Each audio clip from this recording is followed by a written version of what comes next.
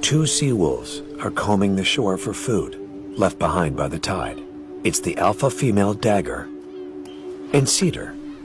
Co-parenting has created a special bond between them. Jasper calls the pack together. They come from miles up and down the coast. For the first time in months, the whole family is together again. And Blaze is back with them. Jasper found him a few weeks ago. His leg has healed nicely. He's slightly smaller than his siblings, but he's just as lively. Jasper has finally reunited his entire family.